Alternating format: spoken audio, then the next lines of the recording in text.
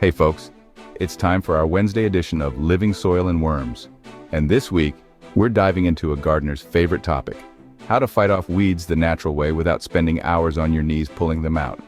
Let's make your garden do the heavy lifting for you. One of the simplest and most effective ways to keep weeds at bay is by building a natural barrier with compost and mulch. Think of it like laying down a cozy blanket over your soil, blocking sunlight from reaching weed seeds and making it tough for them to even sprout. And bonus, it's not just any blanket, it's a nutrient-packed, moisture-retaining, microbe-friendly one.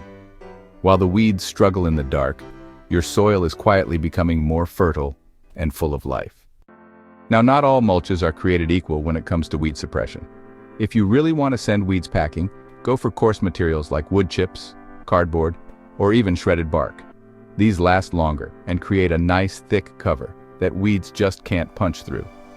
Fine mulches tend to break down too fast, leaving gaps for weeds to sneak back in.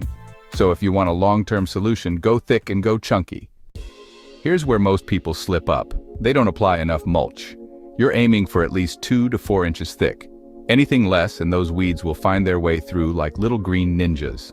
Also, keep mulch pulled back slightly from plant stems to avoid moisture buildup and rot. Lay it down after a good watering, and you'll create a physical and biological barrier that keeps weeds guessing and failing. If you're composting but still seeing weeds, chances are your pile isn't getting hot enough. A properly managed hot compost pile reaches temperatures between 131 and 165 degrees Fahrenheit, and at that level, weed seeds don't stand a chance. It's like sending them to a spa they never come back from. So keep that pile cooking, turn it regularly, and check the temps to make sure you're burning out those pesky invaders before they ever reach your garden. Here's where the real magic happens. Healthy soil microbes don't just hang out, they actively compete for space and resources.